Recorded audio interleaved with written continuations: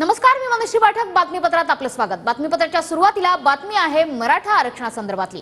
मराठ्यांना आरक्षण मिळू नये म्हणून फडणवीस मंत्र्यांवर दबाव आणत असतील असं मनोज जरांगेंनी म्हटलंय. अजितदादा गटाच्या 2 ते 3 पालकमंत्र्यांचं मराठ्यांविरोधात षडयंत्र सुरू असल्याचा आरोपही मनोज जरांगेंनी केलाय.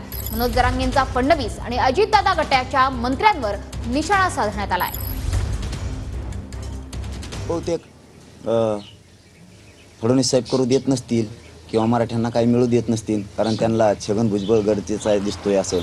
कारण लक्षात येत आहे अजित पवारांचं चाललेलं त्यांच्या पक्षात असणारे 2-3 पालकमंत्र्यांचं मराठ्यांच्या विरोधातलं षडयंत्र, बीडमध्ये मराठ्यांना गोरगरिबांना होणारा त्रास हे लक्षात येत आहे.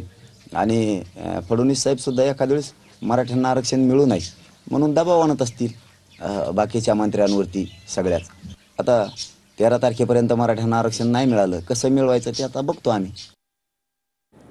तर जरांगेंनी फडणवीस आणि अजितदादा गटाच्या मंत्र्यांवर निशाणा साधलेला आहे. मराठ्यांना आरक्षण मिळू नये म्हणून फडणवीस दबाव आणत असतील असा आरोप मनोज जरांगेंनी केलाय. तर अजितदादा गटाच्या 2 ते 3 पालकमंत्र्यांचं मराठ्यांविरोधात षडयंत्र सुरू असल्याचाही गंभीर आरोप मनोज जरांगेंनी केलाय.